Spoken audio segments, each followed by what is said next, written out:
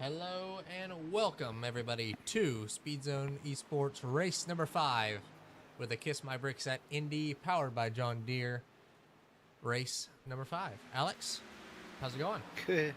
Not too bad, my man. I'm excited for another racing week and ready to get at it. Yeah, it's going to be a fun one tonight. Got a John Deere sponsoring, aka Casey Brown in the number 98. So we'll wanted to start a little bit early because he wanted to talk to everybody. So if I can find him and drag him in real quick. Let me see. Let me drag him in here. He's at the top. All right. We'll move to broadcast. Casey, you got a copy? How we doing?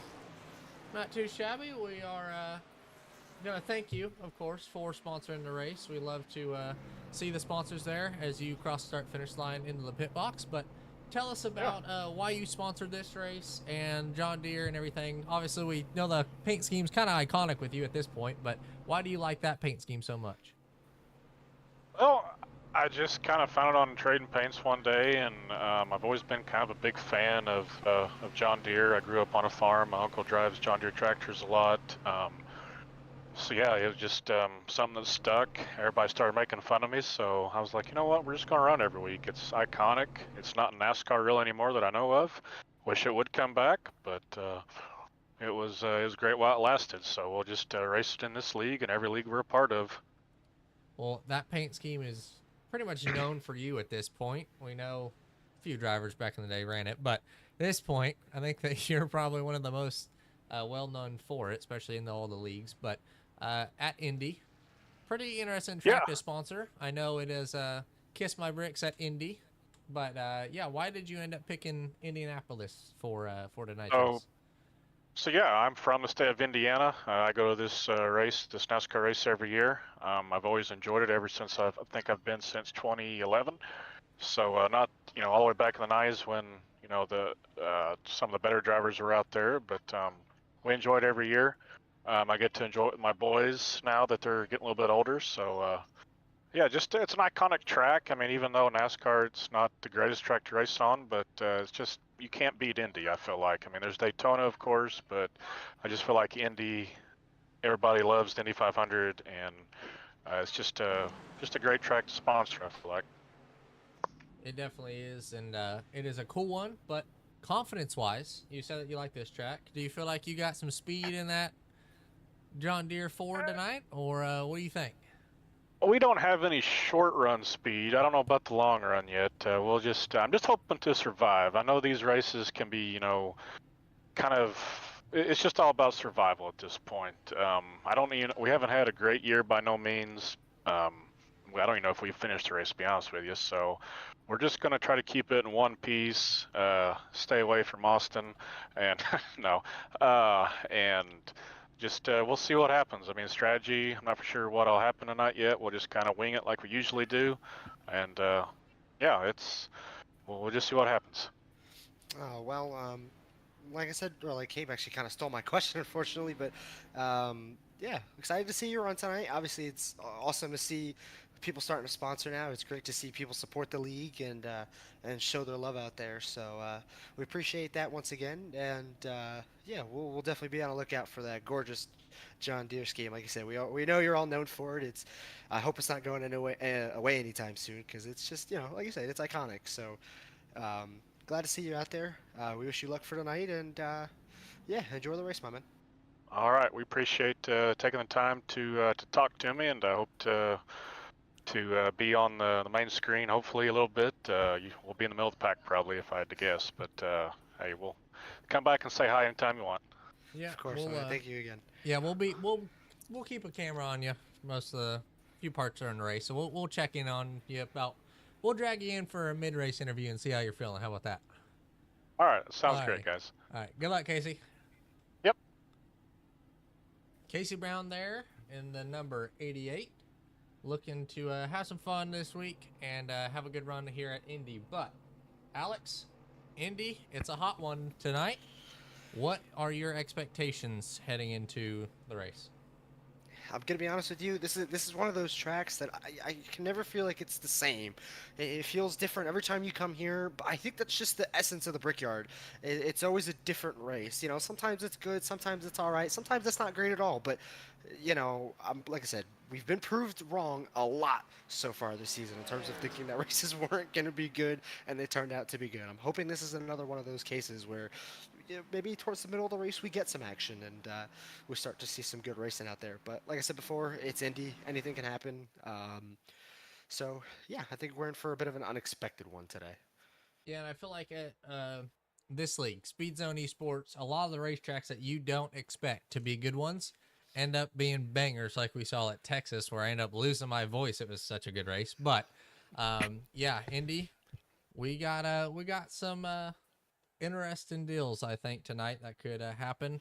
Definitely some upsets with it being a kind of not a wild card like a road course or a super speedway, but it's not one that is a normal mile and a half or something like that. So we're getting ready for everybody to roll off for qualifying here as we're riding with Nathaniel Landwehr. See Kevin Ritchie here. Kevin having some problems in the racetrack, but he's going to reset. We'll get off of him because I feel like I cursed him. Here's Randy Arms. Scarabo's the first one out on the racetrack, so we'll follow him for his lap. An important thing about this track, especially with qualifying, is getting the runs on corner exit because the straightaways are so long. Trying to line it up is very important with the straightaway speed and everything, keeping it up, average lap speed and everything, similar to the Indy 500, how they qualify. So we will we'll be looking for that as these drivers make their laps. But let's take you on board here with Casey Brown in that John Deere Ford. Let's ride on board with him from inside as he takes his qualifying lap, at least for this first one. Alex, take us through. All right, ladies, here we are at the Brickyard. Casey Brown going to try to set his corner up. This is a track where, like Cabe said before, you want to try to carry momentum. So he's going to try to arc the corner just a little bit, get to the apex, and just hold it there and keep as much minimum speed as you can throughout the corner and get as close to the wall as you can on the exit, just without touching it. Same thing in 2 here. Just keep your speed up. Use the banking to your advantage. We've seen it done in multiple different types of racing, IndyCar and NASCAR alike. You got to keep your speed up, use the banking to your advantage, and get a great run at the backstretch. Once you get into turn 3, same thing. It's pretty much the same thing for every quarter. Just keep your speed up and try not to hit the wall on exit. You see it a lot, and like I said, in a lot of other series, it's very easy to hit that outside wall because it can get a little tricky at the apex, and he's going to take the exit of 4, same exact thing. Keep as much speed as you can up, foot to the floor, and we'll see where he ends up here after his first qualifying lap. Yeah, looked like a pretty good one there. Maybe a little bit loose, but as hot as it is, I'm expecting that from everybody as he goes top of the board for the moment. Beats Randy Arms by almost a 1/10 of a second. Beats Mozilla. Actually a really good lap there for Casey Brown. Looked a little loose, but what I learned also is he's way sideways through 1 and 2 that time. Kyle Ritchie goes top of the board now. A lot of drivers pulling out on their laps. Lilith Peters as well on her second lap. Race winner last week. 2 wins on the season at Iowa and last week at Dover. Doesn't have the best qualifying laps, but always ends up being there at the end of it. Will we see that again? We know that same paint scheme has won back in a few years ago. Well, almost 15 years ago here. Will it go top of the board? Does improve and goes to 3rd, but Matt Frady is on top of the board right now at the moment.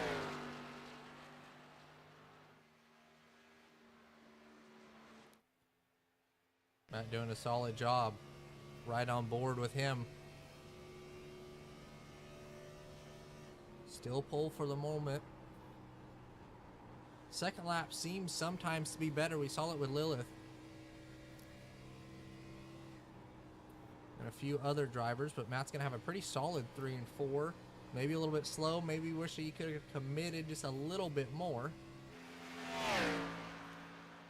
Thaxton goes second on the board by 1/1000th of a second.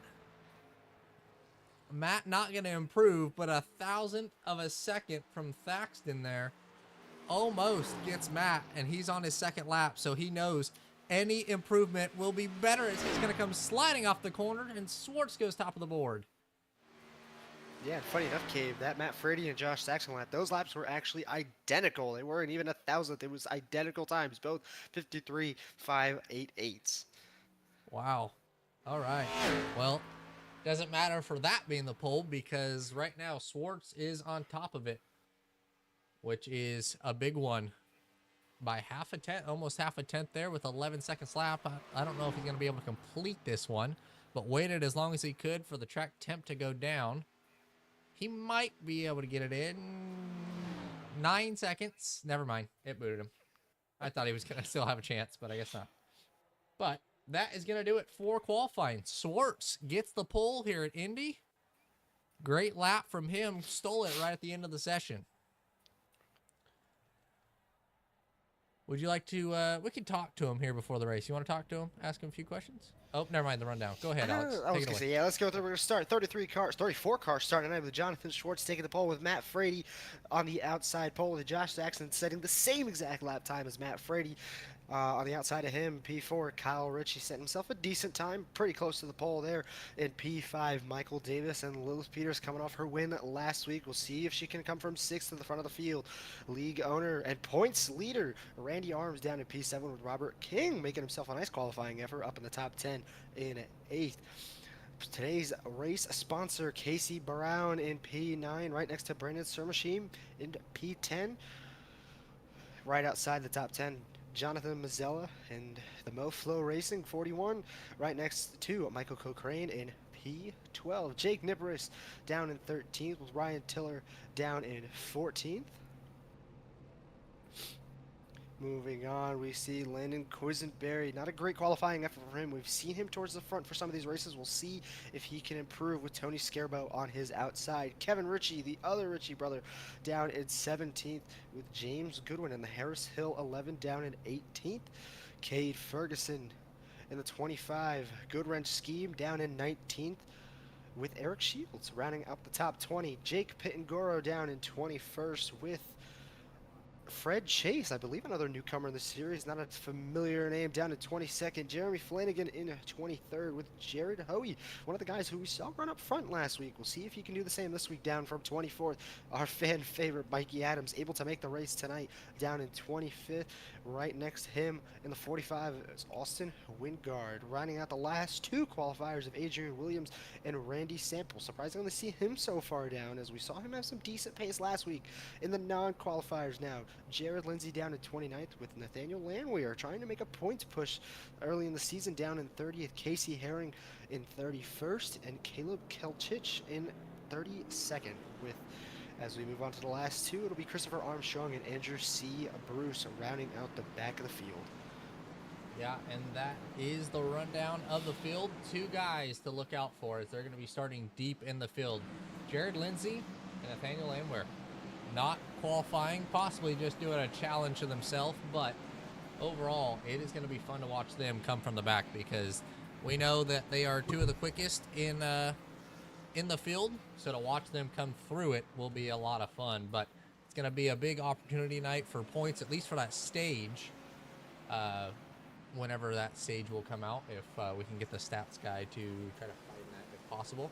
One thing that I would talk about as we go down the back straightaway, choose cone tonight, have a camera set up for it. It will be entering turn number 3. So right here, the drivers on the right side that are going to pick the inside, so the camera is flipped for us. But if they go down the access road on the right side, that is the inside. That's the lane that they're going to pick. If they stay on the racetrack, there is going to be the outside. So that is how the drivers are going to do it as they're coming to take the one. But yeah, there is pretty cool that we got the choose cone cam set up for this week. So looking forward to that as the field drives by. You want to do a quick pick? Who's a quick pick? Give me Casey Brown. Let's do tonight's race sponsor. I think he's going to have himself some good speed tonight. Home track for him. And like I said, he said he's got some pace in the car. We'll see what he can do tonight. What about you, Gabe? I'm going to pick Robert King. Been really unlucky last few weeks. And we saw it at Dover with the mechanical problem from the lapper. But that is going to be the pace car coming down pit road. It's going to be Swartz and Frady leading them to the green for race number 5. The Kiss My Bricks at Indy, powered by John Deere, is green.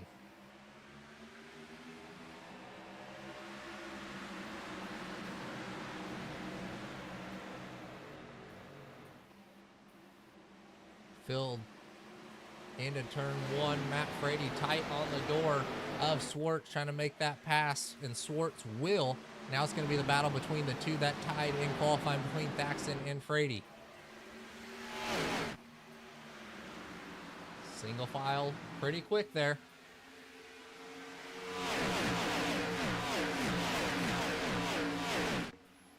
What a flyby. These cars do sound great. Indeed they do. Not super surprising to see them go single file this early. Indy is one of those tracks where it's a little bit of a drafting track. You can make passes. I was going to note in the pre-race that if we are going to see some passes, I do think it's mostly going to be in 3 and 4. 1 and 2 is a little bit more difficult to pass just from personal experience, but 3 and 4 you can make a little bit more risky moves as well. You can even try to go on the outside depending on how much of a run you get going into turn 3.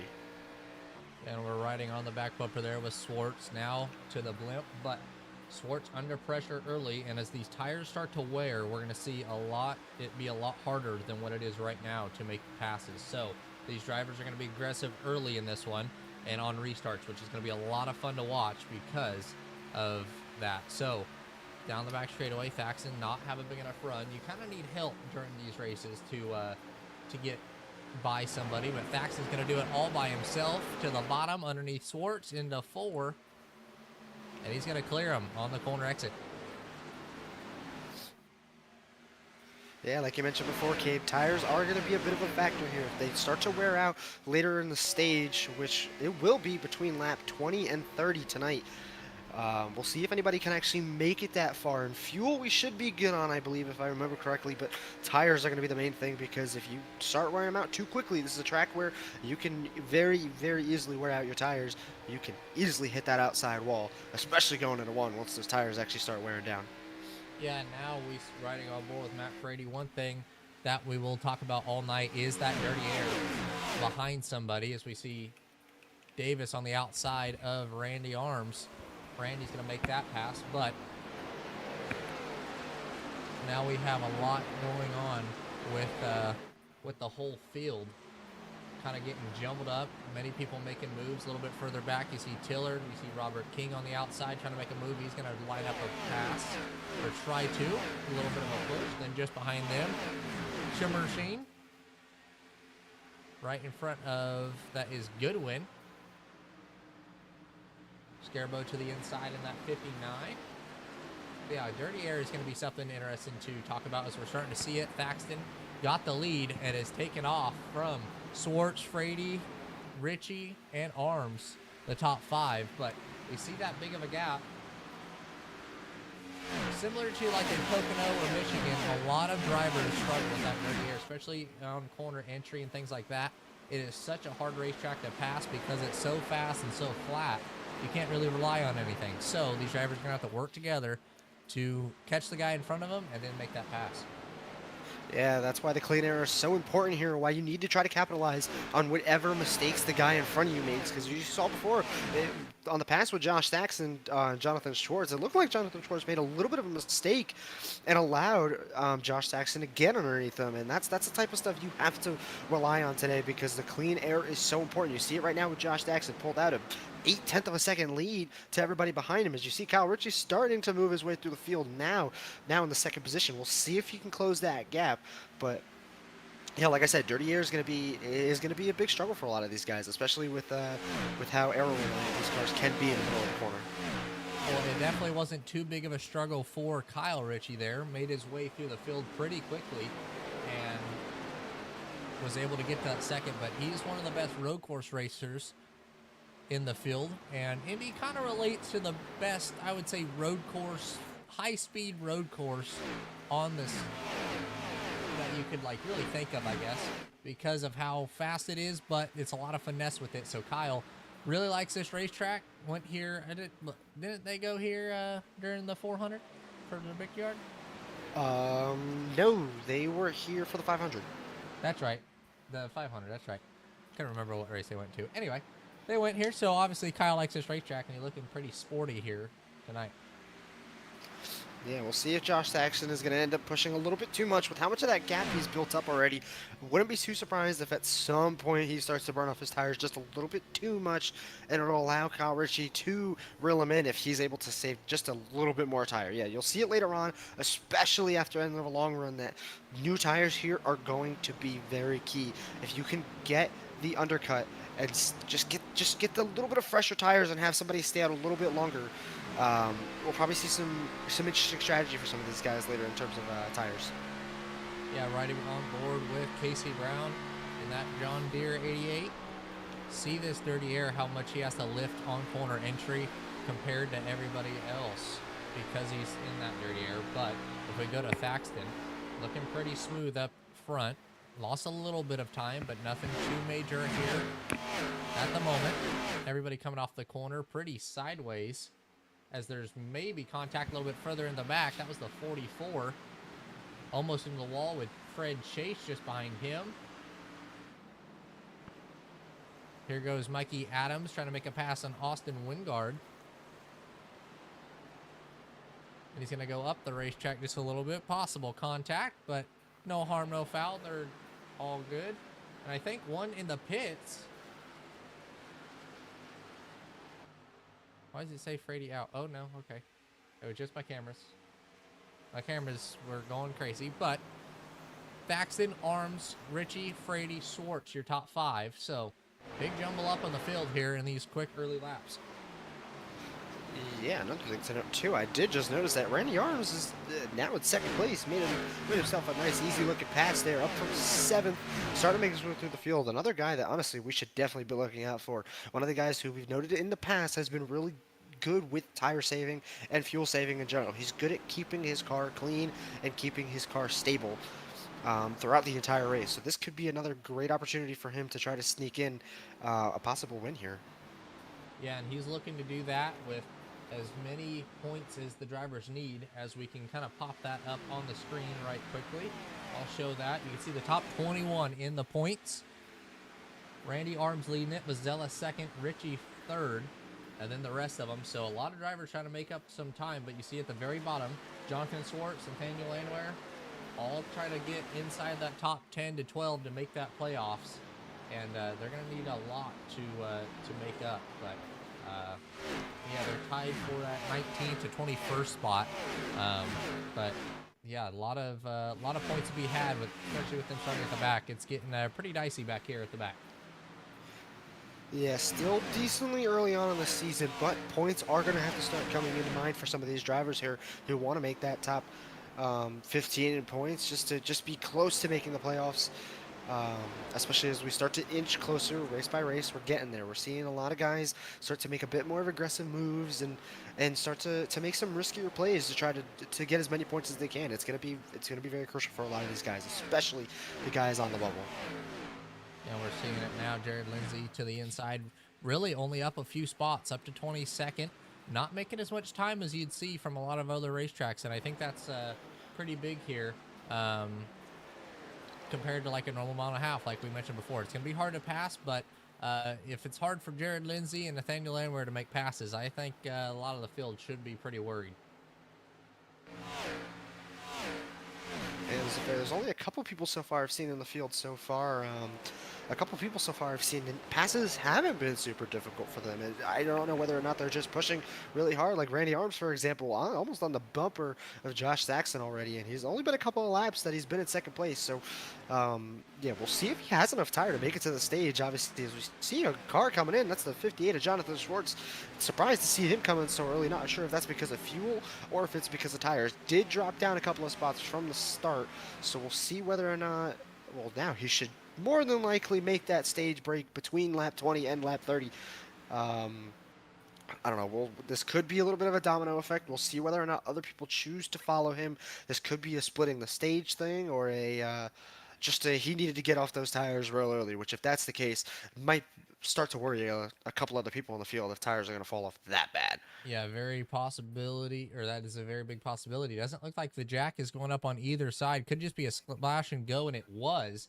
So fuel seems to be the biggest issue for a lot of these drivers. So that possibly could be the reason that Jared Lindsay and Landwehr started so deep in the field, because they backed off and saved, and that's why they're not making any time on most of the field. We also saw it from Sample, one of the more higher I-rated drivers in here. So could be a call on fuel, as I think that was Randy Arms that came down pit road that time.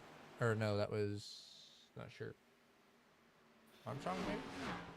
No, Mazzella. Mazzella pitted, that's right. So fuel seeming to be a worry, as a lot of these drivers are mixing up the strategies early here. Yeah, sounds like a lot of these guys are going to be pretty confident to at least make it on tires, which surprisingly in this 110-degree track temp, I'm surprised to see that they think they can go that far. I don't know. We'll see how it is for some of these guys, and whether or not we'll see how far they fall off. That's the big question. Is the fall off going to be really bad, or is it going to be a lot less than we expect? We'll see. As of now, everybody seems to just be taking fuel just to make it to the stage. Yeah, and we're riding on board with Casey Brown again. Got in the wall there off of 3, but into 4 was able to pull. You see Michael behind. He's pitting in that 42. But right now, Casey Brown trying to hold off Kyle Ritchie. Wrong Ritchie, brother, my friend. Kevin Ritchie, my bad. I saw K Ritchie and had a brain fart. Still Randy Arms leading, Josh Thaxton second, Kyle Ritchie in third, Frady fourth, and Peters in fifth. Here she comes. Been kind of lurking inside the top 15, has slowly gotten up through the field, and look where she's at now, into the 5th spot. Kind of what we've seen the last few races. Slowly and methodically works her way up there, and now she's into the hunt.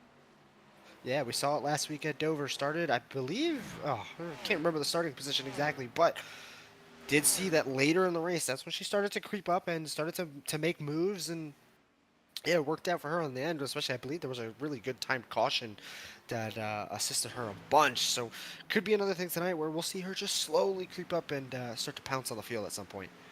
Yeah, now we're seeing Thaxton on pit road, so a lot of different strategies, which I don't think is going to hurt a lot of them, because they're not taking tires. So I don't think the track position will change that much, unless it's, a little bit later in the run. The tires are able to get just a bit cooler because they ran longer, and pitting a little bit later would help. But none of these drivers are taking tires, as you can see from Josh as he comes off of pit road with Lindsay just in front of him. So good stop for him.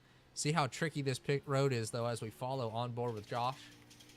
Kind of sideways there. You can go out, but not onto the racetrack. You're going to kind of arc that apron, but it doesn't turn on those old tires, so you got to be very careful. But as long as this track is, you're not going to get lapped, which is a good thing.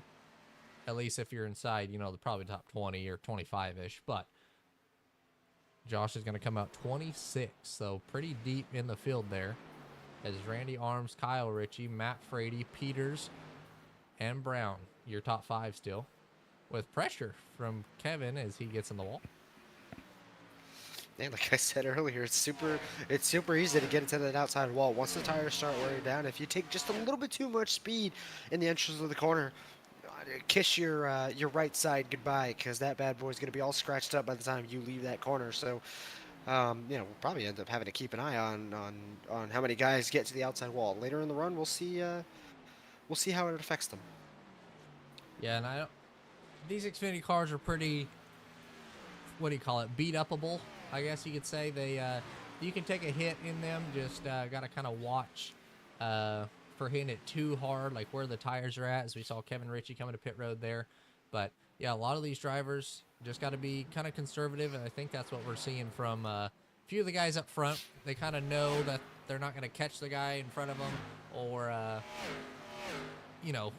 make the mistake to cost them their running spot and get damage early. But they're trying to be aggressive enough to kind of save that fuel, especially with the caution coming from 20 to 30. It is random in Speedzone Esports, so random caution from lap 20 to 30. So it kind of mixes up the strategy for everybody.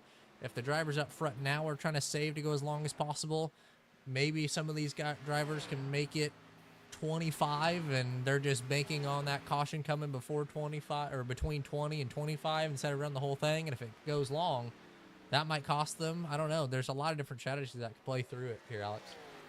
Yeah, that's the fun part about this random caution is it kind of, I wouldn't say it throws strategy out the window because there's still a little bit involved, but it definitely makes it a lot harder for some of these guys, especially some of the guys like oh my goodness, who am I trying to think of at the moment? I can't find his name on the list, but oh, Jared Lindsay, we've seen him pull off some interesting strategy moves, especially last season. He was pretty much known for that, just throwing caution out the wind and trying some random strategy. Sometimes it works, sometimes it would work, sometimes it wouldn't. So yeah, it definitely makes it harder for a lot of these guys in terms of when to pit and do they get unlucky with the caution? Can they make it to this certain point? Because you don't want to be the guy that risks staying out as long as possible and the caution coming out on lap 30 and you only having enough fuel to make it to 29, but you think you can make it to 30. So yeah, it's interesting for. Oh, as we see a car on the wall, it's gonna be, I believe that's the 87 of 37. Into the wall, no caution there. out yet. Pretty hard contact, though. That is Hoey in the 37, that Toyota. McDonald's Toyota should be able to get it to pit road, but definitely got a lot of front end damage and right front. Doesn't look like it's turning. Maybe no left front on it as that thing is laid over, sitting like a dirt late model, but able to make it to pit road. So not the night that Jared Hoey wanted. And how it's going to finish shouldn't be too bad, possibly. Maybe has a meatball, but if he's able to get back out there, that'll be good for him in the points after missing the first 2 races. So if he's trying to make these playoffs. See here, Quisenberry and Sample going back and forth, side by side. Let's go back up front. We're on lap 19. Next lap, the caution could come out. So if you're thinking here, Alex, what is going through your mind with the fuel strategy is we're about half and half. We've seen half the drivers pit, half the drivers stay out. As we're with Goodwin, he is pretty deep, about 10 to 12 seconds back from Randy. He's exiting 2. Randy's almost going to be entering 3. So where are you kind of thinking, or how long on fuel can these guys go? If I'm a guy like Randy or Kyle Ritchie or even Matt Frady or Lilith Peters in the back, in the top 5, I'd say, if I'm the guys who've just been staying out right now, it's a pretty big gap between a lot of these guys. So if they could conserve just a little bit, don't go 100%, and you can make it go to, you'll at least make it to lap 30, then make it to lap 30. But I really don't know if it's going to make much of a difference at this point with how many people, like you said, there's only been a handful of people who have pit so far. So at this point, I don't know how much of a difference it'll make, whether they pit now or if they wait for the caution to come out and pit then. But I think either way, with how early everybody else is pit, I think everybody's coming down pit road when the caution comes out anyways. Yeah, these drivers have enough tires for this caution and one more later in the race, so they have a few sets, but not enough to take tires pretty much every time, unless you were going for the stage win or something, kind of split this stage. But right now, still your leader, Randy Arms, in first. Kyle Ritchie there in second. Matt Frady still in P3, holding off Lilith Peters just behind him, and she's slowly reeling him in, putting the pressure on. But then we got Casey Brown in fifth, who's slowly and worked his way up to the field. So cool to see Casey Brown working his way into the top 5, sponsor the race, likes this racetrack. But then there's a battle a little bit further back between Michael Davis and Robert King as they head into turn number 1. Yeah, not super surprising. Like I said earlier, once the tires are going to start to wear down, passing on the bottom in 1 and 2 is where you're going to want to be. It just makes it way easier because a lot of times people just miss the apex of that corner and you're more than likely able to just slide underneath. So nice move right there from Robert King to take the position from Michael Davis. Yeah, gets the spot there and slowly working his way back to the field.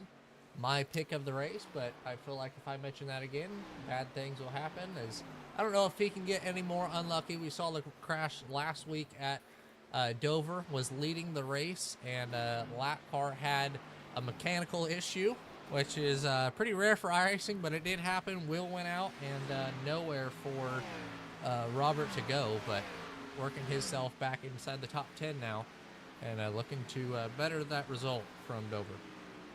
Yeah, trying to get himself some redemption there, and already starting to pull a decent gap away from Michael Davis. As we got another battle, the 11 of James Goodwin and the 24 Randy Sample starting to close in on each other. We'll see if he's able to make a move. Not sure how aggressive everybody will be with the caution looming over everybody's heads right now. Yeah, and James Goodwin trying to hold him off, but keep in mind, Randy was one of the 3 drivers that we mentioned before the race that started at the back. So Randy working his way through the field as we go a little bit further back to Ryan Tiller, who's kind of mid-pack that all pitted. Now the cameras are going nuts, so we're going to get off of that. But little battle here between the Caleb and Andrew. This is for just inside the top 20. Caleb backs out of it, but what are we thinking here? I don't know how long these drivers can go on fuel, but if they're able to make 30, I don't know why the other drivers would pit like we've seen them before. So we see Peters Yeah, I'm on not pit too road. sure, to be honest with you. I wonder if this could also just be a, for those guys that pit earlier around lap 14, 15-ish, if it's just a strategy that they can go longer after the caution comes. Oh, I don't know. I don't even know, to be honest with you, because no matter what, they're pitting. So, yeah, I'm not too sure what the call was there from some of these guys. There is There's got to tires. be a reason. Oh, Robert King has put tires on it. I think Lilith took right sides there. Oh, ooh, let's and rewind you're that. Yes, took 4 tires. So could be a call to not take tires at the stage, possibly banking on the caution coming out here in a lap or 2. If that does happen, Lilith Peters is in a pretty good spot to stay out, or on the pit stop, just take fuel and try to hold everybody off on just a lap or 2 on old tires. What do you think about that call there, Alex? I'm not too sure. I mean, it's right before the midway random window we have going on, so this could end up working perfectly in your favor. She'll have just the fresher tires than pretty much everybody else, but as you can see, That is we got a awesome. whole slurry of cars coming in right now. Is yeah, your leader Randy Arms was first to start the train with Kyle Ritchie following afterwards. We'll see if he can keep the lead as Jared Lindsay's going to go by him. See here, as of now, Randy Arms looking to have the advantages right now. Matt Frady has assumed the lead from Randy Arms. Matt, usually the guy that decides to stay out as long as possible. And if it does, I don't know how much fuel he has left in it, but if he has enough to make it at least 1 or 2 laps and get that yellow, the whole field is pitted. And that could be very big for him on the strategy call. Usually one of the more unlucky drivers with the pit calls and things like that. So if he gets that, that would be pretty big as well, as the next car in line is, of course, Sample, as Shields is going underneath Matt. So Matt, if the caution comes out right now, a lot of the field will be lapped down. Yeah, that could be a very interesting storyline for the rest of the race. And I'll tell you this, that man is saving. I've never heard somebody pulling a clutch so early into the corner. Or he might not be pulling in the clutch, but he is definitely lifting. I can tell just by listening to his engine that there is some fuel saving going on. This could be a very interesting strategy call for Matt Frady if he can. Caution. Oh, the caution's out. Caution is out there for Matt Frady, so the call works out great for him as he made it. So he will end up winning the stage.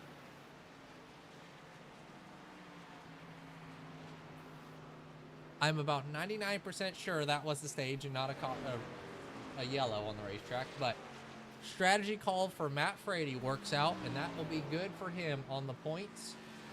Perfect call for him as we open up the points once again, coming into the stage. You see there, he was inside the top 5 in points, sitting there in 5th, so that'll help him just a little bit. But very good call there for Matt Frady as he gets that stage win.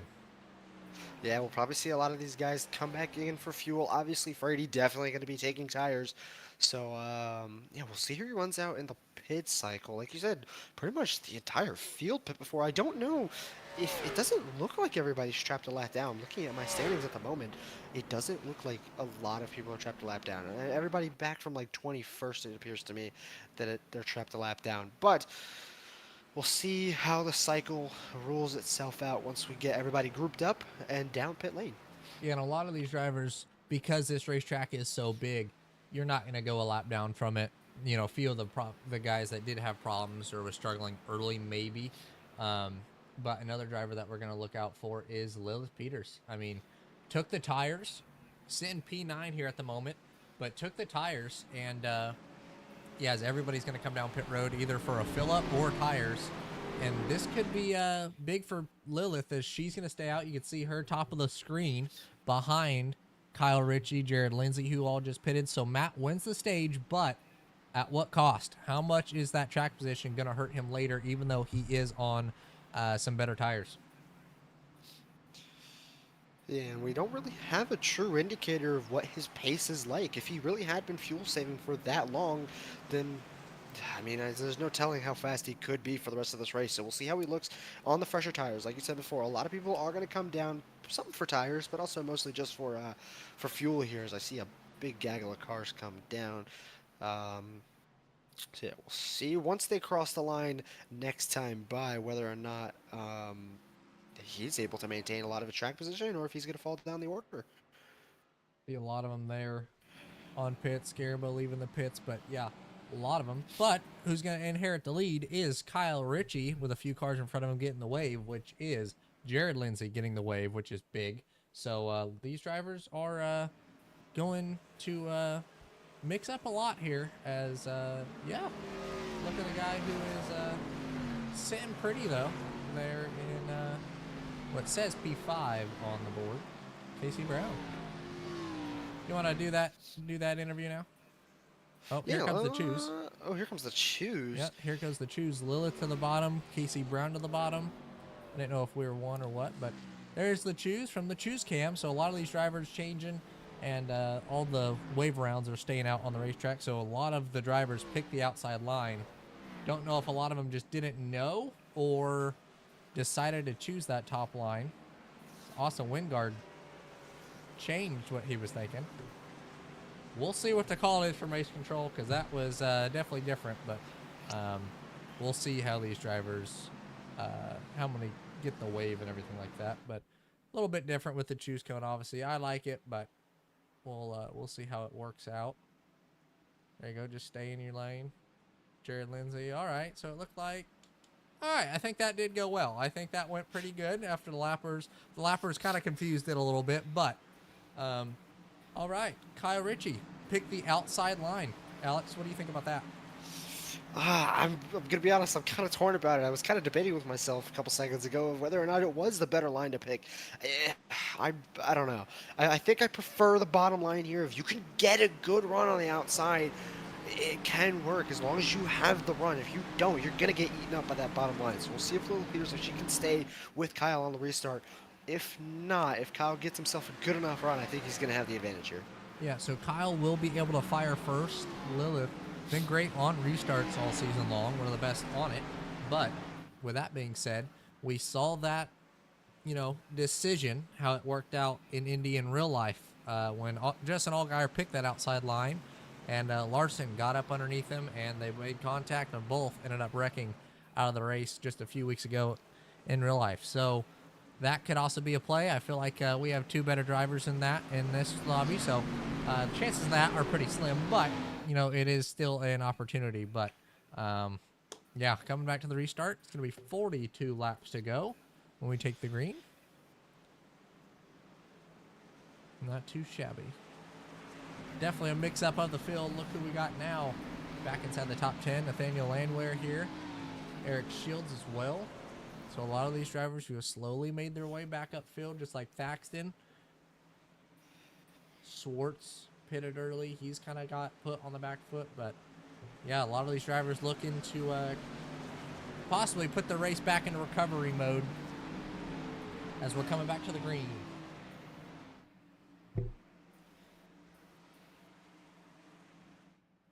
Stage over. Pace car lights are out. Going to be Kyle Ritchie and Lilith Peters leading them back to the green. See the restart zone there. 42 laps to go. Kyle fires, and we're back green at Indy. Great restart there for Kyle. Able to clear by at least 3 car lengths in a into one. Casey Brown has a little bit of right front damage, but he has Fred Chase all over his back bumper. Here goes Nathaniel to the inside of Matt Frady, making big moves here, trying to get up to the front to make sure Kyle doesn't run away with this deal. And here we go. This is where it's going to get interesting.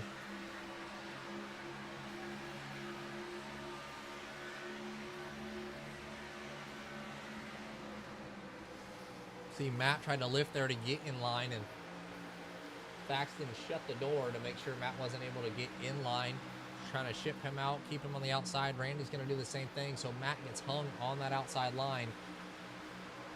But could we just be saving to make this a one-stop race? What we saw earlier, this could be a two-stopper, or will be, unless you're able to save a ton. So we'll see what that strategy is from Matt Frady. It looks like that could be what he's doing.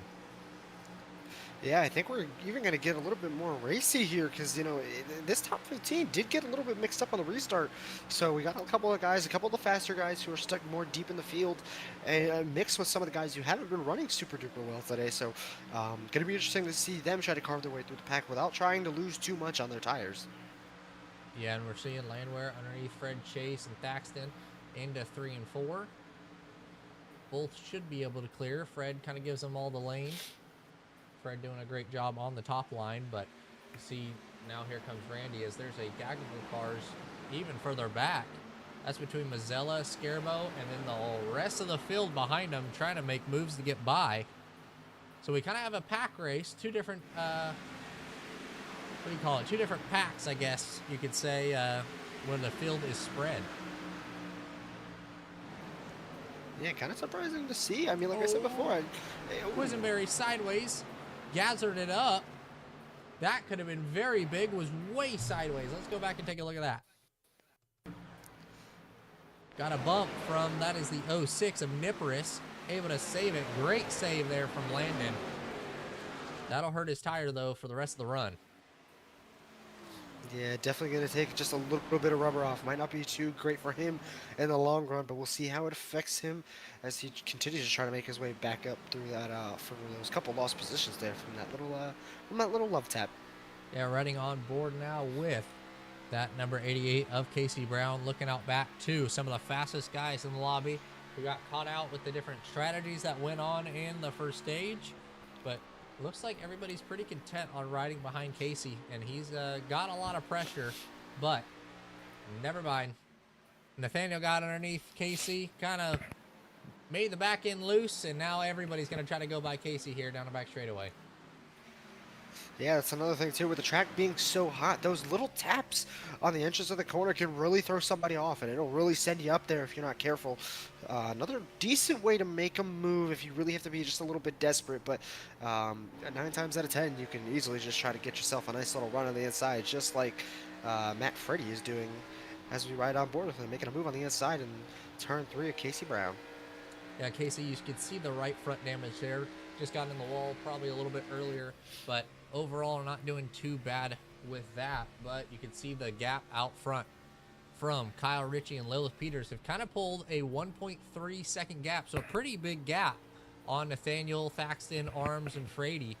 But Nathaniel, he's going to try to run them both down, but if he does get there, obviously everybody knows it, it's one thing to get there, but it's different to make the pass when you do. So what do you think about that, Alex, and how hard is he going to push to get there, and then how much is that going to hurt the tires?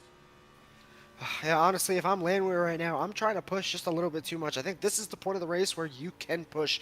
You want to try to get as many positions as you can, because if you can be out there later in the race once with maybe slightly newer tires, and maybe around the top 5, if you're going to be on those newer tires, it'll work out probably better for you, just because you'll have the track position. It'll probably be a little bit more spread out. We can see it right now. First and second are pretty much gone from Nathaniel Landwehr at the moment. So if I'm him, I'm pushing, try to catch those two, even if it burns up a little bit more of your tires.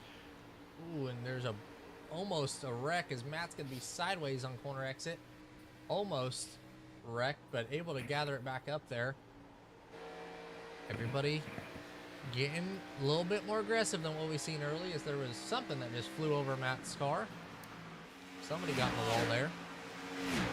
Just behind them, we got Kevin Ritchie in that number 51 making a move on Casey Brown. Back to the bottom. Here goes James Goodwin. Looked like he was going to run the top, and he does, to try to get around Tiller on the outside, but that opened the door for Swartz now.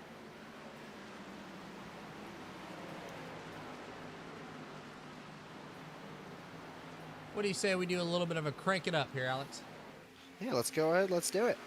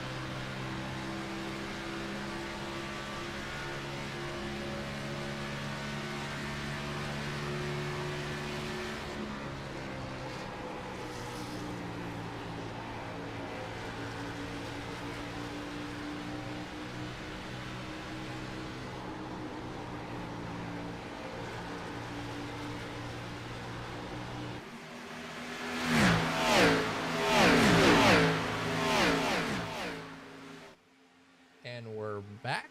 Little cranker up there, Fox style, but yeah, looks like everybody's kind of sat in line now. We got 34 laps to go, just past halfway, as we got a caution somewhere on the racetrack. It's going to be the 72 of Flanagan. Spun around the front straightaway, and Mikey Adams on pit road. So caution comes out, and that's going to spice up their strategy a lot here in Indy. Let's go back and take a look and see what happened here. Was there possible contact? I really hope the cameras caught it. It doesn't look like there may have. Oh! Just a weird hook, it seemed like. As the cameras barely caught it. Let's put it in slow-mo here. Quisenberry. Looks like he just tries to get up behind or gets loose. Then gets into the back of Mikey Adams, which spins Flanagan.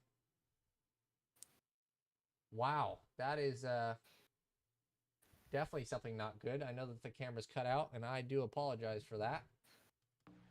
That is, yeah, I don't understand it, but see there, just a hook from Landon. Nowhere really for anybody else to go. And yeah, so that is going to be caution. Wow, well, that's going to spice up the rest of the race, I guess. Yeah, I was going to say here, we're definitely going to see pretty much everybody come down pit road, top off, get some tires.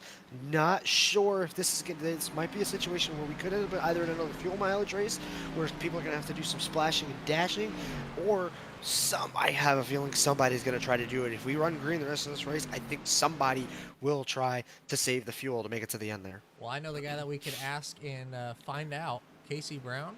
He's solidly inside the top 15 after kind of dropping back there. Let's get him in here as they're going to come to pit road. Casey Brown, welcome back to the booth, my man. Hey, how we doing, guys? Well, we're seeing you running not super duper bad today. Solidly in the top 10 early in the race. Just got a quick question for you. In terms of fuel, we haven't been able to tell how many laps you guys can run. Are you able to give me a good estimate on what you guys can run in terms of fuel mileage? We can go about 24 laps. At least that's what my slow buck can go. Hey, sometimes it's better to go slow. You get better fuel mileage. Yeah, I mean that's why I'm here. So better fuel mileage. yeah.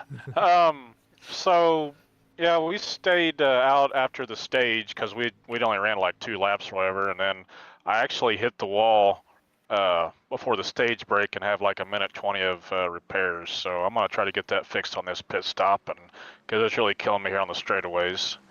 Yeah, we So saw we're the gonna lose a lot of track position, but we saw the damage earlier, and we're wondering how much that hurt you because we noticed that you were dropping back to the field. But with that, it could also help you save a little bit of strategy. But you guys heard it here first. Casey Brown always saves fuel at every racetrack. Isn't just slow; it's just always a strategy call.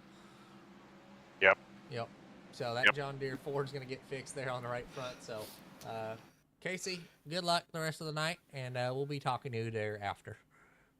All right, I appreciate it, guys. Yes, sir. Casey Brown there. What chat was he in? That's a question I don't know the answer to. He's in there. Never mind, I got it. He Oh, joined the okay. wrong one. I think so. I think I messed that one up. But yeah, these drivers are all going down the back straightaway now. So is it going to be one to go this time? Or they're coming to one? I think so. So choose cone. No, maybe. Yes, choose cone. Yeah, shoes is gonna be this. A little confusing for us, but 3 to the top, 1 to the bottom, 2 to the bottom. Matt, whoa, late decision, but to the bottom. Swartz to the top, Fred Chase to the top, Goodwin. A lot of drivers going to the bottom, which is pretty shocking, but not at the same time. We've seen the bottom be the more dominant line, but as many cars just went down there, I don't know.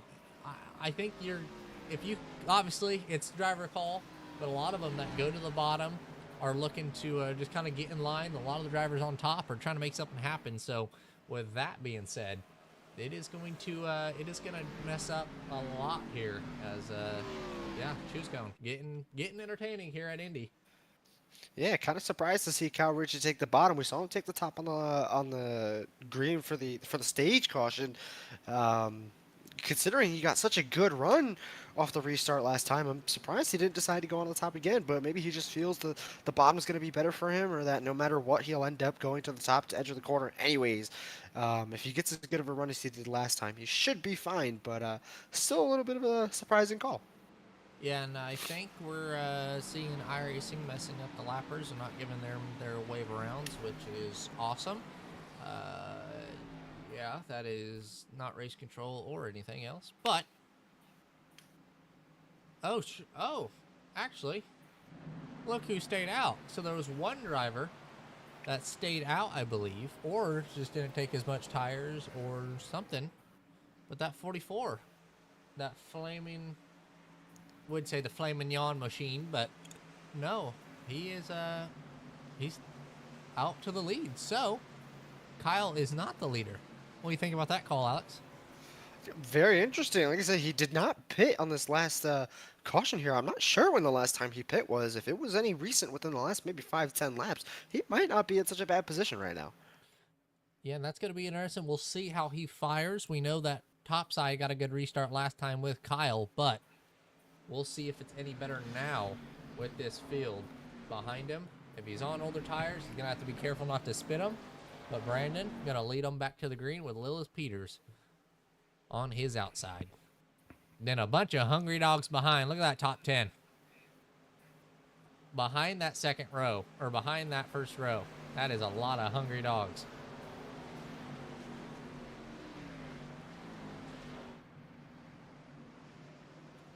Alrighty, well, race car lights are out. Coming back to the green, it's going to be Brandon and Lilith to lead us back to the green. In the restart zone they go. Brandon fires, and we're back green at Indy.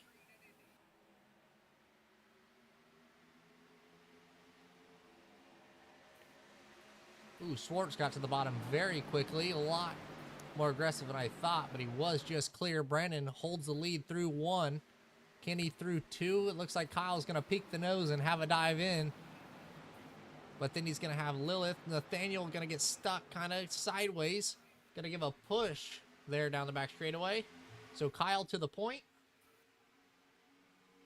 And now it's a race into 3.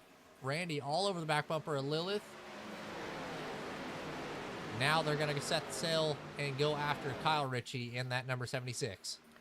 Yeah, unfortunately, that that first starting spot for Brandon Serbershade was not to his benefit. Those tires are pretty much gone from the looks of it. Unfortunately, losing himself out on 5 spots there. You could just tell by the look of it that the car was not handling great as Lilith Peters is going to try to make a move on Kyle Ritchie looking to the inside in turn one. She's going to keep it on the inside, slightly hitting the apron. Doesn't come up though as they're going to be side by side going into two. We'll see who gets the better run. Yeah, and if you're able to hold that outside line to the first bit of the corners, there's a possibility to go 3. We're going to go 3 wide for the lead here at Indy. Kyle's going to clear, though. That opened up the door since Lilith got loose on the bottom, so Randy went to the inside. Now Lilith way up the racetrack, kind of in the marbles, going to lose a lot of grip up there as Randy had a great corner and going to look to the inside of Kyle now.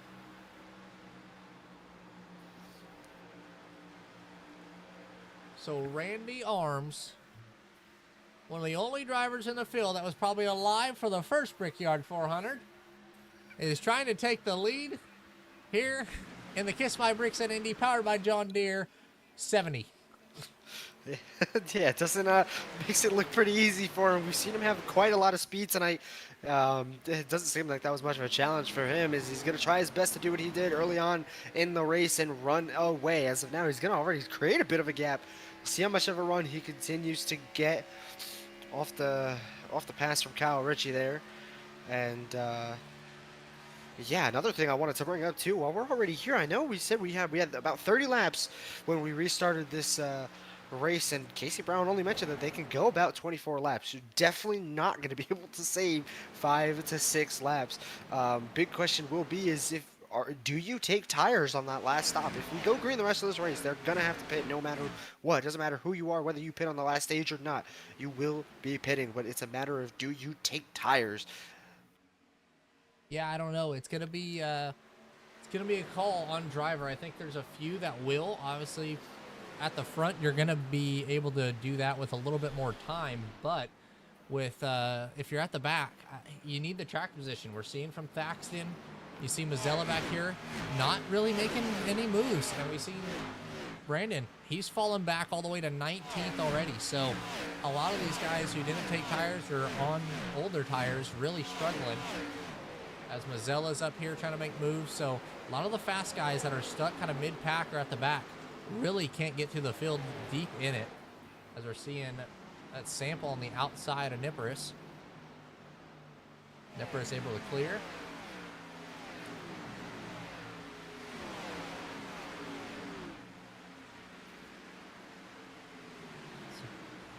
See Mazzella down here on the bottom.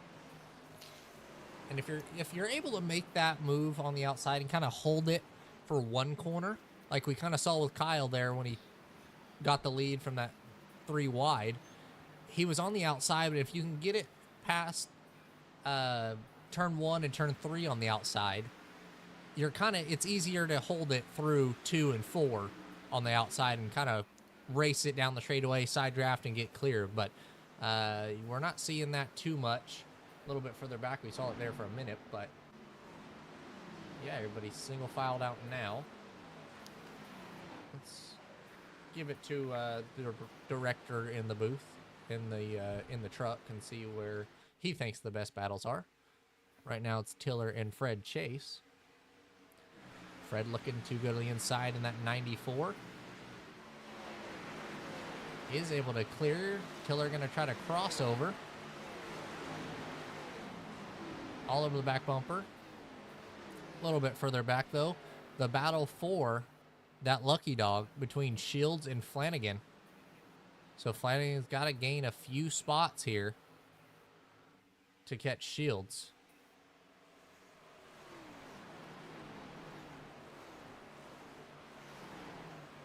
But this is the best battle on the racetrack here. Fred Chase all over the back bumper of Michael. Now Fred goes to the inside. Fred qualified inside the top 10, and he's running solidly inside the top 10 as he passes Michael Cochrane there on the inside. Yeah, a lot of battles going on back here. These are going to be the crucial battles because this is where a lot of the points are made up. Obviously, the closer you get to the lead, the more points you get. But even in the middle of the pack, you want it. Those even a couple of points can matter in this league. So having even just 1 or 2 positions on somebody can make all the difference at the end. So seeing these guys fight as hard as they are for those positions, definitely showing that they're trying to fight for some points here. And we got a lot going on throughout the field, but see battles throughout. Still the same kind of top front of the field, I guess. Not really, not too many battles going on, and really just single filed out. We still got 24 to go, so we still have 1 pit stop to go. As we look back on our 19th place runner at the moment. In that true move scheme. New scheme for Mikey Adams right there this week. Trying to hold off Eric Shields.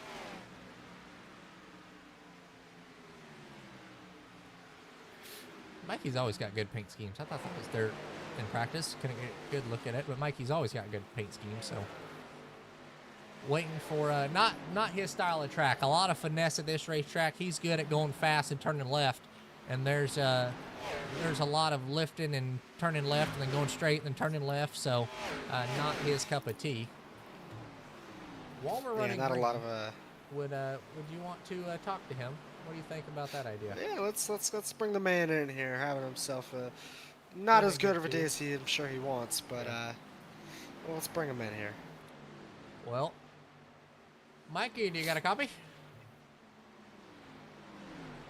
Mikey? Hello? Hey, how's it going there, buddy? We see you running solidly inside the top 20. Take us through a lap here at Indy. Me? Okay. You're gonna balls to the wall, give it some brake. Turn it. Man, you caught me at a bad time. Full throttle. Let off. Little throttle. Full throttle, right here, a little squirrely. Keep it straight. Full throttle, just keep going till this sumbitch chips out. That's what you're gonna do. Just keep going. See, look, watch, chipping it. Lights are blinking. Not my brakes though, they're solid. We're on them right there. And we're gonna a little bit of throttle, full throttle. Right through here, let off at the gate. A little bit of throttle, a little bit, full throttle. Well, great Yes, job getting by sir. that lap and talking us through it. How fun are these straightaways, as long as they are, especially in the position that you're running? They're pretty good. I got enough time to drink my drink and hit my vape, you know. A little bit of intermission in between. The straightaway is so long, I shit you not, I was able to take a pee, come back, and maintain my position all on one straightaway. No lie. It definitely seems like actual. Yeah, I'm fucking up. Okay. All right, Mikey, we're gonna let you go. Good job there, buddy. Keep up the good work. Yeah. Hallelujah. Salute to everybody. Have a good one. The greatest interview that you will ever have happen. Yeah, Mikey Adams there. Took us through a lap here at Indy. Did a great job not hitting anything while he did that. But we, believe, had a change for the lead, possibly. That we missed, but Nope. we were... no? Okay, never mind. I thought Yep, maybe Tyler still. did. All right, never mind. Well, we had the most entertaining part of this race happen. Yeah. Yeah, while we're here, honestly, I'll give you guys a quick rundown through the field here as we're all single filed and spaced out here. We're going to start with Randy Arms, like I mentioned before, league owner and current points leader, out front right now by about 0.6 of a second from the second place man of Cal Ritchie. Right behind him, Nathaniel Landwehr, making himself a lot of spots, starting down in 30th place up to third. Pulled off some great strategy tonight. Lilith Peters also having herself a good night. Last week's winner at Dover, Matt Frady. He's having himself a decent day. We saw him pull off some interesting strategy earlier with staying out before the caution came out. Kevin Ritchie solidly running in P6 with a big gap behind him to the rest of the field. James Goodwin up from 18th into 7th position, leading this big group of cars behind him. Actually, I think the position's going to change. I don't know, I think somebody just bit because my standings are all over the place. Anyways, behind him is going to be Jonathan Mazzella in the 41. Josh Thaxton down a couple of spots earlier. We saw him running in the lead earlier and having himself a great run. Down in 9th at the moment, though. Fred Chase also up from 22nd, positioned up into rounding out the top 10 here. Ryan Tiller behind him in a little bit of a battle with Fred Chase, who says we saw earlier. Jake Nipper is just a little bit farther behind from the other guys. Michael Davis, unfortunately, down from 5th down to 13th from his initial starting spot. Behind him, Tony Scarbo just having himself a day. Our league sponsee, Casey Brown, running at the top 15 in absolute no man's land with nobody behind him. He's actually going to enter the pits. As I say that, look at me go. Our fan favorite, Mikey Adams, in 16th. Oh, yes, he did. Good for him there, having himself, hopefully, getting himself a little bit of that speed back. Like I said before, Mikey Adams down in 16th. Landon Quisenberry down, now he's in 16th. Casey Herring, 17th. Jared Lindsay, 18th. Brandon Summersheem, 19th, with, I believe, Michael Cochrane way farther back, still in 21st, but Casey Brown in 20th in the pits right now. So that'll be a nice little rundown from 1st to 20th. And we see Randy Sample here. We didn't mention his name because he is a lap down in P22, but he's gotten by Kyle and now trying to pass Randy to get his lap back naturally. So he's not the lucky dog and will be on the lead lap. He's definitely got the tires to do so. A lot quicker than Randy the last few laps as he's run him down. Then just behind him, Nathaniel. Alex, talk us through how Nathaniel's going to set up this pass here on Kyle. Now, right now, I think what these older tires are about, I believe 13 to 14 laps into this run. If I'm him, I'm going to try to set up a pass on the outside of 3 and 4, or even on the inside of 1 and 2. Like I said before, you know how easy it is to make a mistake on these older tires. So if you can take advantage and get underneath your opponent going into 1 and 2, we'll see what he decides to do here. He's going to get a little bit loose. Like I said before, just that easy to make a mistake and lose all the momentum you have going into the corners. He has to try to keep himself, straight there. As I was going to mention before, I think we're going to get close to, oh yeah, let's see. Did he get a little bit of a bump here? Had to back out of it, yeah. So that could have been big if he didn't avoid that one. As cars are coming by that pitted, and we're seeing a lot of drivers down pit road now. Yeah, I was going to mention before that I think now is the time. I think people were going to split the rest of this race. Like, with how the race has gone, I wouldn't have been surprised to see any cautions. As of now, no, but I wouldn't be surprised if we stay green for the rest of this race. And I think splitting that last 31-lap run was going to be the move here for some of these guys. You can see Randy Arms being the first guy in pit lane out of that lead pack. We'll see who comes next. I wouldn't be surprised to see if some of them continue to stay out and just run the thing out of fuel and do a little splash and dash at the end, or if they do what Randy did and take fuel and tires, just split the rest of the race. Well, we've seen Jared Lindsay back here not gain any spots from the restart, and he's still P9, losing spots from the cars in front of him. Let's ride on board with him because I think he's going to try to save and make it the rest of the way, which I don't know if tires and fuel or going all out, a little splash and go, but he is definitely saving. As we say, Casey pitting in front of him. Let's ride on board with him. Lindsay, one of the best at saving fuel and mixing up the strategy. Let's take a listen as he goes in turn number 1. Oh, yeah. Way out of the gas. I don't know if he's clutching it, but way out of the gas. Waiting to get back in the gas until corner exit pretty much. So Jared Lindsay all over the, not the left pedal, but not on the right pedal.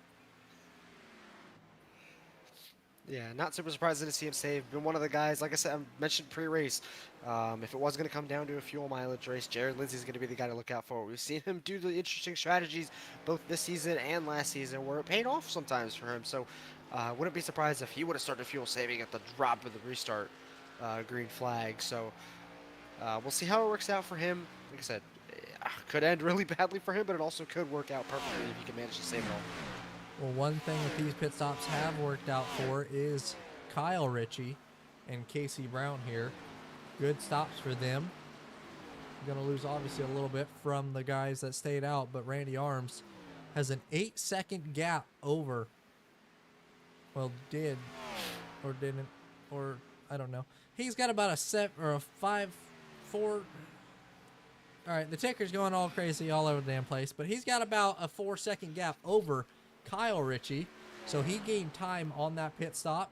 Then a few of the drivers still out front, like Landwehr and Frady, staying out. We saw it from Frady earlier. He was able to save enough fuel, but he had to drop back a little bit, and I think with Landwehr, we're seeing him try to stay out. Let's ride on board with him, Alex. Do you think he's saving?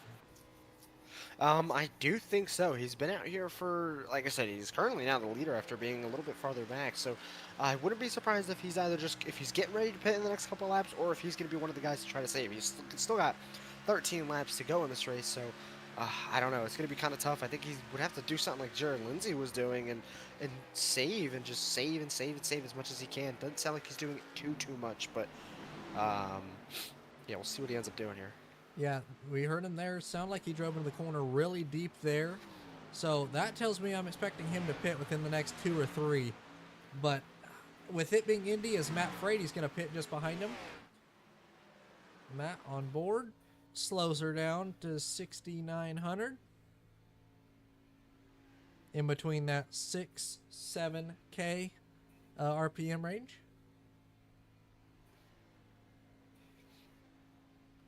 So we're riding on board with him. Let's see what he does on tire-wise, because with 12 laps to go, it is a long racetrack, and we've seen all night the tires wear, but how big of a difference is it going to make? Is that going to be enough tire for Matt to get back to the field, or is it pretty much over for him? We'll see if he pits for tires, and he does. He takes right sides. Will he take lefts, though? He will. So Matt on pit road. Opened up a big gap for Nathaniel. Now Kyle Ritchie goes by him there on pit road as he's entering one. So drivers are kind of all over the place. Peters out on the track now on the front straightaway behind Nathaniel. But you see how slow Nathaniel is compared to everybody else on tires.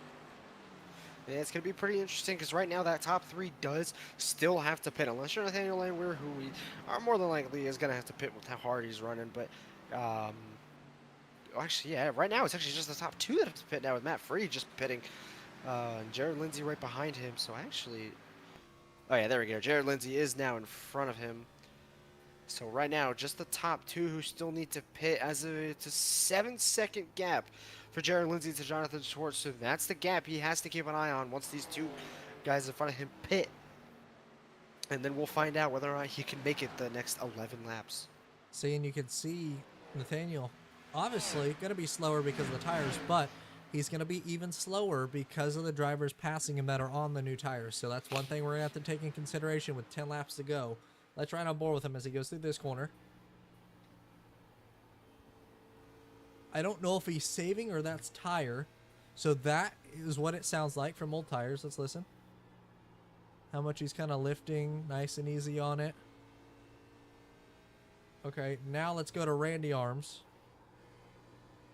I mean, he's in the throttle before halfway. So Randy is in the gas, pushing hard to try to get there.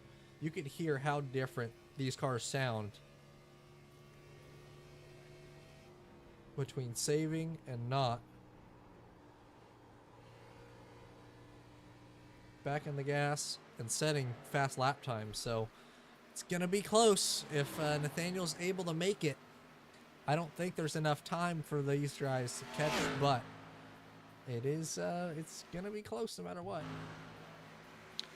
Yeah, if I'm him at this point, I hold the clutch in as much as you can and just try to get what you can. He's got a 24-second gap to the next, well, I don't know. It sounds like Lilith will pit, but if we discount Lilith out of the picture, he's got a 24-second gap to the next car, which is Jared Lindsay, and that gap is increasing too because we know Jared Lindsay is fuel saving. Now, if you throw Lilith into the mix, she also, if she saves right now, she may even have a chance to keep her second position without having to pit.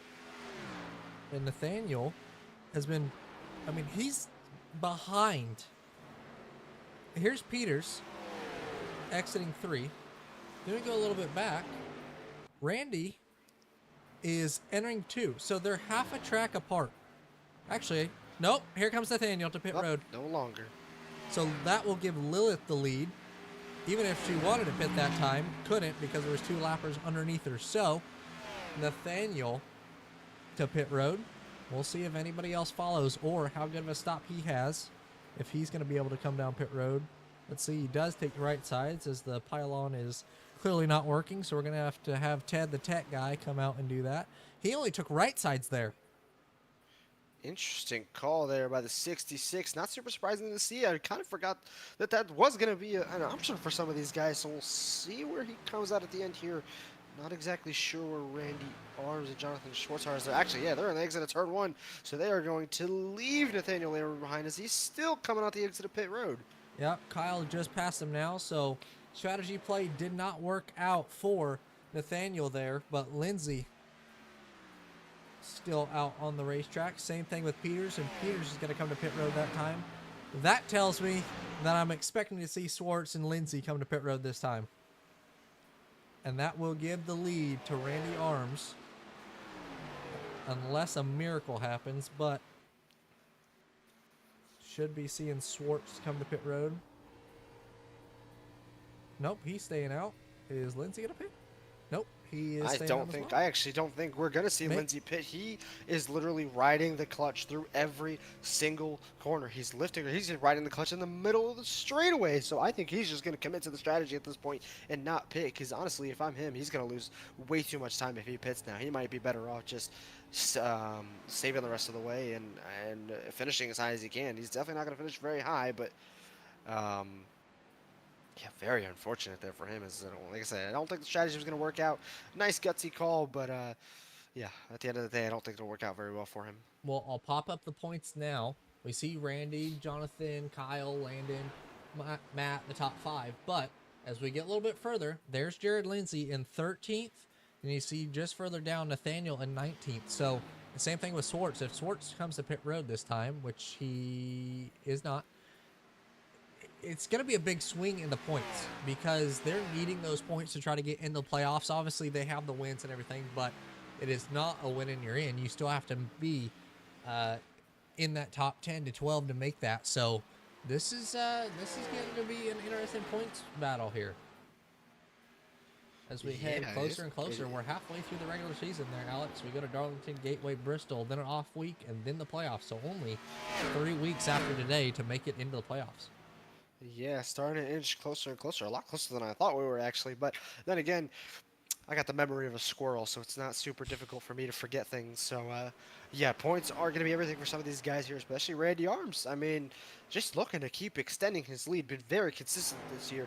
You know, not to jinx him or anything. I know we have a little bit of a trend where we've done that to some drivers, but been very consistent here the last couple of weeks, basically turning his luck around from last year. We saw him not have some good finishes from unfortunate luck last season. So, yeah, Randy looking to rewrite this page in his book for this season as he's slowly catching Schwartz. More than likely going to pass him. I still think Schwartz does have to pit. He's getting to that limit, and I think I can hear him lifting a bit too. So we'll see here right now. Looks like Randy's not going to have too much of a battle, though, trying to get past Jonathan Schwartz. Yeah, Randy all over the back bumper of Schwartz now. I'm expecting to see it maybe down here in 3 and 4 or back into turn 1 and 2. He's going to set it up down here or set it up for 4. Obviously, got the better tires after pitting and fuel strategy, so he's going to have the look. But Schwartz is going to block it. He's going to try to defend as much as he can, especially because if that holds up, somehow holds up Randy enough to where Kyle comes into play, maybe they get into it, and then Schwartz has a free opportunity. Who knows? But Schwartz obviously not going to give it to him, especially for the lead with 5 laps to go. Yeah, he's going to try to hold him off as much as possible. I'm still surprised he's on track. We're only at 4. Oh, he's going to get loose. Somehow keeps it straight, but gives Randy the opportunity to make the move into 2. Don't think he's going to be able to battle it too much at this point with those very, very old tires. And, yeah, like I said, surprised he's still on track in the first place. I wouldn't be surprised if he comes for fuel this next lap or even this lap, because he's probably riding fumes at this point. Yeah, and we saw how sideways he got. That will also hurt the tires a little bit. So Schwartz did a great job holding off, but not going to be able to with as many laps as we had to go on lap 6-7. But lap 67 coming to 3 to go. Schwartz, if he's able to make it, that'll be a great comeback for him. Obviously, he didn't have did he qualify or did he start at the back with Jared and Nathaniel. Schwartz was on the pole for That's this right. race. Yes, he did. So, Yeah, so- well, I guess I don't know. He caught Randy there and into the corner, so maybe Randy not going to run it as hard. Once he got the lead, knows he can be a little bit conservative. Then Kyle Ritchie, 2 seconds back from that. Nathaniel just behind. And look who's P5. I'm going to just show it for about half a second. All right, now we're going to go back to Schwartz and Arms, and then... because every time I seem to talk about that driver in particular, something happens. So we're not going to even talk about him. Matt Frady in P6, good little comeback for him. Same thing with Thaxton. We saw the problems early and not what he wanted to have happen, but able to kind of come back from it. Same thing with Jared Lindsay. Not the best night, especially starting deep in the field, but this is actually getting to be pretty interesting in front of Lilith Peters on all the drivers that are trying to make the fuel strategy. And, ooh, that was a big checkup. Little butt pucker moment, as Kevin Harvick would say. But, yeah, this is kind of a mix between the drivers who are just trying to make it and the drivers who ended up pitting.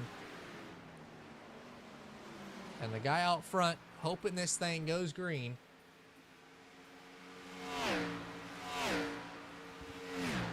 Is Randy Arms looking for that white flag. Once he takes it, knows it'll be over.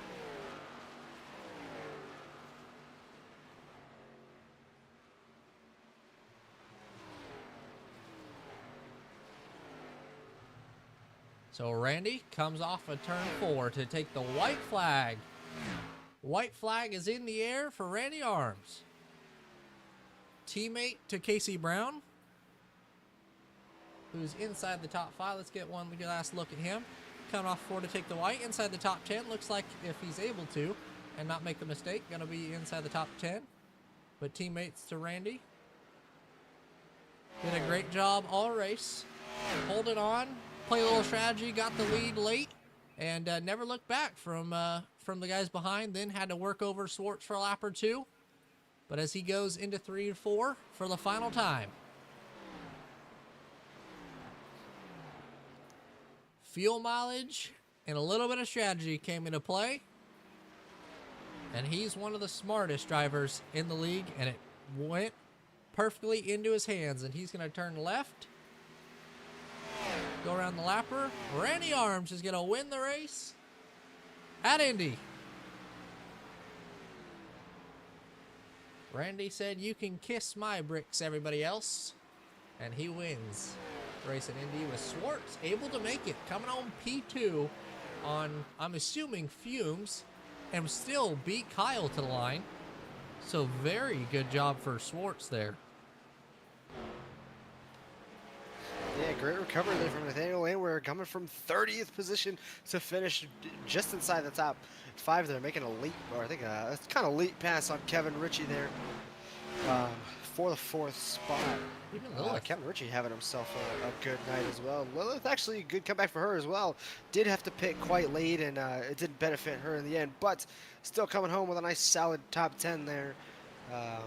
Here's a rundown. Probably not the result she wanted, but yeah.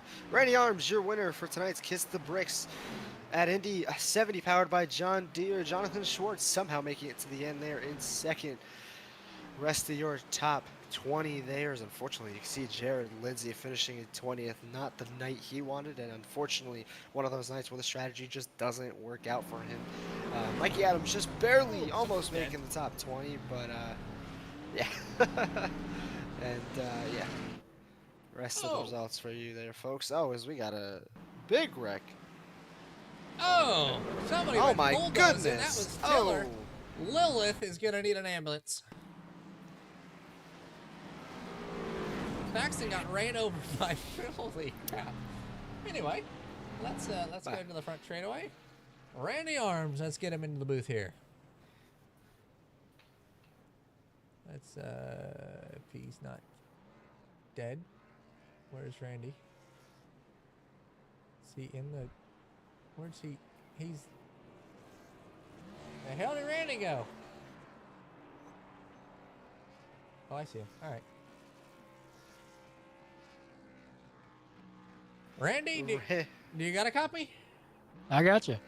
Come away with the win here at Indy talk to us about your night. Kind of came out of nowhere, took the lead, and yeah, it was over once you took it. Yeah. This is just one of the tracks that I just like. I don't know. I've kind of just got it, I guess, figured out just a little bit, and didn't qualify the greatest, which I didn't really expect that. I've never been good, or say one lap speed here, but I knew if we'd have a long run, I could probably or say work my way up through there, and had some guys saving at the start there, and I was able to get into the lead, and just missed the stage by one lap there. Still, I think ended up third or fourth. So then, yeah, just kind of had to fight. Had a couple cautions. Or say lost some track position, but had to fight. Or say my way back into the front, and I figured the only way I'd probably lose it if someone played a strategy that, kind of like what Sports did. I mean, if the race was 5 laps shorter, then I probably wouldn't have got it. So yeah, just a good night overall. So Yeah, we saw a very interesting call from Schwartz there in the end. Gabe and I still surprised how he made it there. Yeah, we saw that the stage caution kind of threw a gear in everybody's, or no, a wrench into everybody's gears, and it seemed to throw a lot of people off with strategy. So, yeah, we saw it. We saw it throw some people off earlier, and it kind of just affected everybody throughout the rest of the race. Obviously, getting a later caution did kind of reset it, but it did give the opportunity for people to pull off some strategy. After that caution, we saw it was about, I believe, 31 laps to go. We knew everybody wasn't going to make it on fuel, but what was going on through your mind there when you were like, are you going to split split the rest of the race, or are you going to just run it as far as you can go and just see what happens? yeah, I really didn't have a set plan. Was probably just gonna probably depend how far I could get back to the front, because I think some guys, they pitted. They were right before the stage and actually took tires and then could stay out. I was afraid that I'd take tires and then we would run 5 laps and then, or should be slow on the restart. So I just took fuel only and then had to come back down and get my tires. But yeah, I really didn't have much of a plan. I was just going to run it, see where I ended up, see what everyone else was doing. More than likely was just going to split it in half. But yeah, just was just kind of going with the flow, just seeing how everything else, or say, played out. Yeah, that other caution kind of helped me. Because I was able to get some spots and then, have a reset and had a good restart there and got into the lead. So yeah, just I don't know, just everything kind of played out right there towards the end. Had good restarts. Had some people battling, up front that I first I got to run and whatnot. So yeah, just all in all, pretty good night.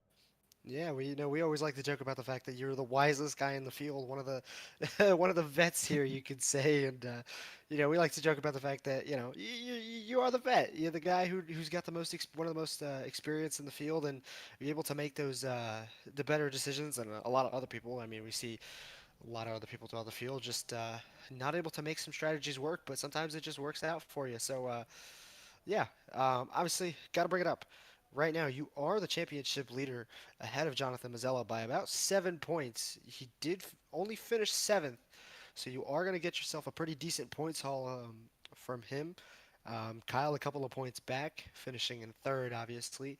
But as of right now, my man, having yourself a hell of a season, and you know, how are you going through? What's your mindset for the rest of the year as we're inching towards the playoffs, and how are you feeling just going through the next couple of races, and what's your mindset for those races leading to the playoffs?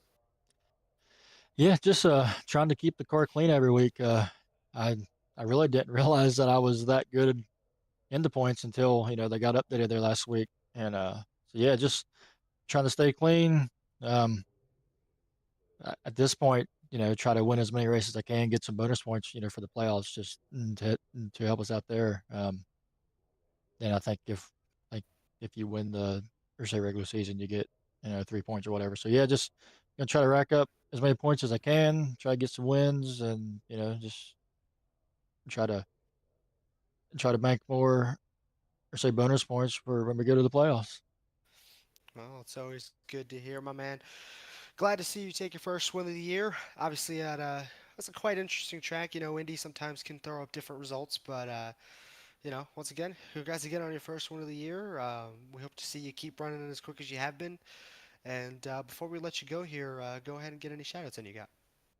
Yeah, I just want to thank everyone that continues to show up every week. Had 30 some people, I think, take the green tonight. So that's amazing. A lot better than what we had last year. So yeah, I'm just glad to to see the league doing good, and I say thank you guys for putting on the broadcast. I say Cade's put a lot of work into it there. I say for the overlays and everything. So yeah, just thank you guys for doing that. Can't wait to go back and watch it, and hope to see everyone back next week. Yes, sir. Congratulations, Randy. Yep, thank you. Randy Arms comes away with the win. P2 though, Swartz made it on probably empty, to be honest. Let's get him on in here. Jonathan Schwartz, our second place finisher for tonight. How we doing, my man? Good. How are you guys? Not too bad here. Had ourselves a little bit of a fun race up here. We saw you with a very interesting strategy call for the last part of this race. How did you manage to make it all the way home? Cabe and I are honestly thinking that you were either right on E or you were in the negatives there for fuel. Tell us how you made it. No, I had plenty of gas. I took 2 tires on the last stop to gain the track position, and I felt like I was pretty good on the long run. So not good enough to keep up with Randy, but at least it's good enough for second place tonight. Yeah, we Well, saw. I guess. Yeah, we saw go ahead. you start on the pole, and a lot of people did a different strategy with fuel. How much did you think fuel was going to be a factor heading into tonight, and then how much did tires compared to fuel matter tonight? I mean, the first stage fuel was a big deal because we had no idea when the caution was going to come. So um, I figured it'd be a little bit long. The fuel run was probably about 23 laps, so I took the risk and pit early. But the rest of the race, we had that late caution was kind of screwed up the strategy, but it worked out at the end enough where we could split it. So yeah, I think tires meant more than fuel tonight. Yeah, it definitely looked like it, and we were kind of iffy on it, but coming on P2, a very solid night for you, especially in your point situation. How many more? I mean, obviously we got 3 weeks to go, but you're up there in the points, but I mean, well, you're 21st in points. Never mind. I was thinking of somebody else, but no, you're 21st in points. You need points again for the playoffs. What are you thinking with 3 weeks to go here? Man, do we only have 3 weeks left? Yep. You and Well, Nathaniel heading that makes into it tonight. interesting. Yeah. Heading into Okay, tonight, well, we're 19th and 21st. So I don't know. I probably got I got a top 5 every race at least, or get a win. So we'll do our best. I mean, Darlington, I think, is where we're going next. So Yep. that's a pretty good track for me. So let's see if we can get a victory. Well, you did a great job of it tonight, and with the speed that you've been having, you will definitely be up there in contention to it. So congratulations there, Jonathan, and go ahead and give your shout outs. Yeah, thank you guys again for this week. You guys do a great job, and my sponsors, Cleaning Authority and the Sweet Creek Grill. So thank them for everything they do. Well, thank you, and congratulations coming on P2 and somehow making it there to the end. Thanks, guys. Jonathan Swartz there coming home P2, and Kyle Ritchie, kind of up and down night for him, but able to get it done. Alex, take it away. Kyle Ritchie rounding out our podium tonight, up just one spot from your starting position, but not a bad night at all for points, especially for the championship. How are we feeling after tonight? Better than I felt the last 3 weeks. Well, I've had a rough go at it this season. Yeah, you've had a rough few weeks.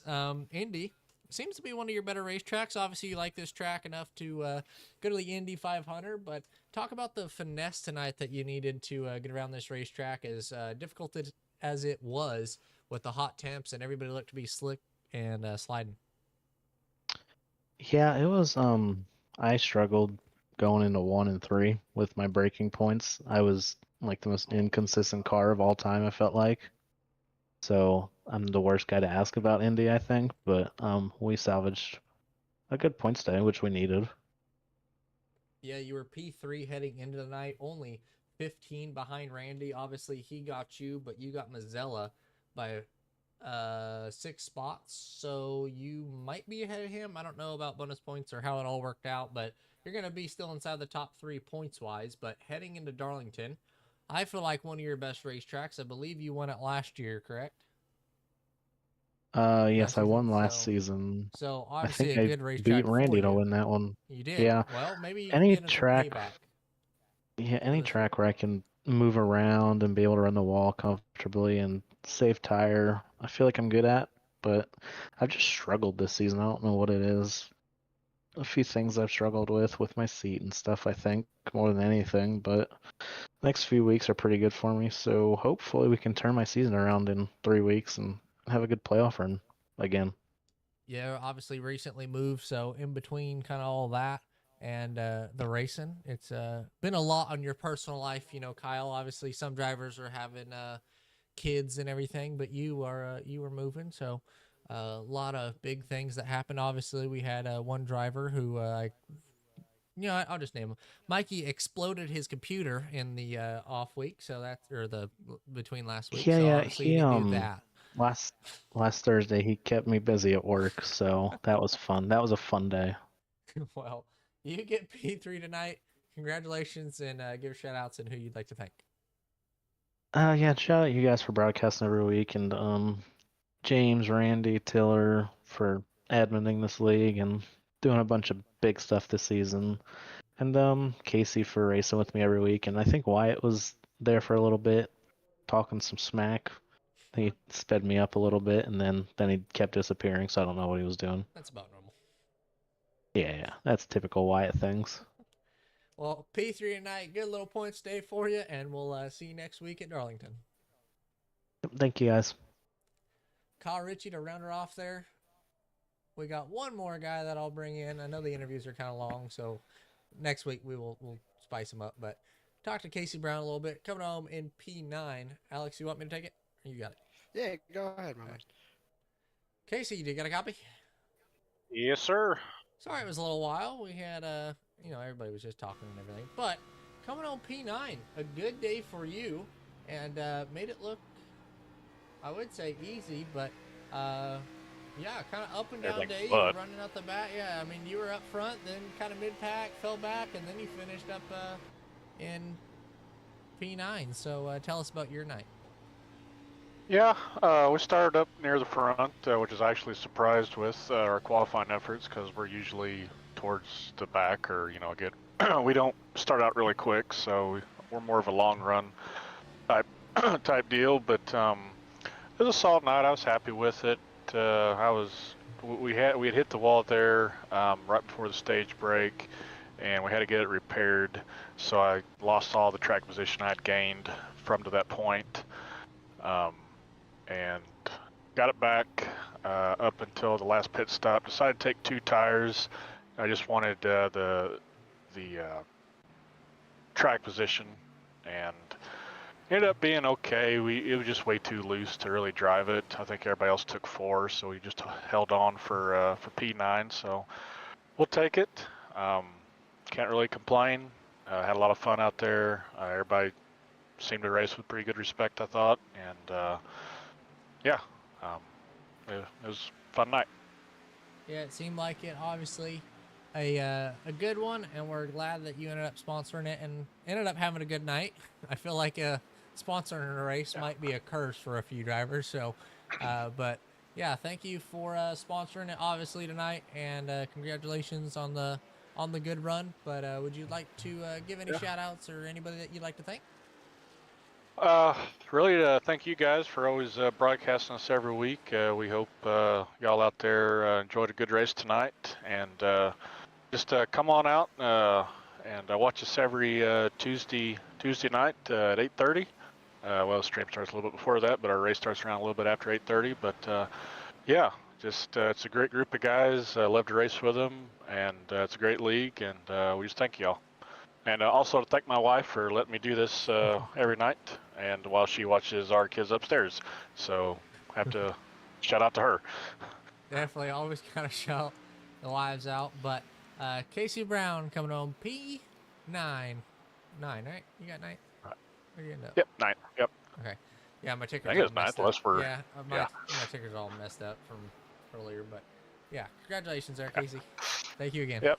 Well, yep. Thank you guys. See Casey next week. He's already got the throwback on, so that works out for him. But Alex, overall, Indy, what'd you think? Pretty racy for Indy.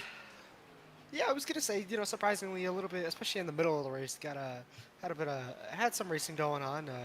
Unfortunately, not as action-packed as I thought it was gonna be. More so of a fuel and strategy race with how everything turned out. But like I said, pre-race, it's Indy. Sometimes it's all right. Sometimes it's just there. But sometimes you'll have those races where it's not the most amazing thing in the world to watch, but it gets the job done. Hopefully next week when we go to Darlington, I think that'll be a fun one to both broadcast and just watch in general. So for everybody out there watching, Darlington's going to be one to look out for. One of the trickiest tracks on the schedule, especially for a lot of the newcomers. So yeah, see how that works out next week too.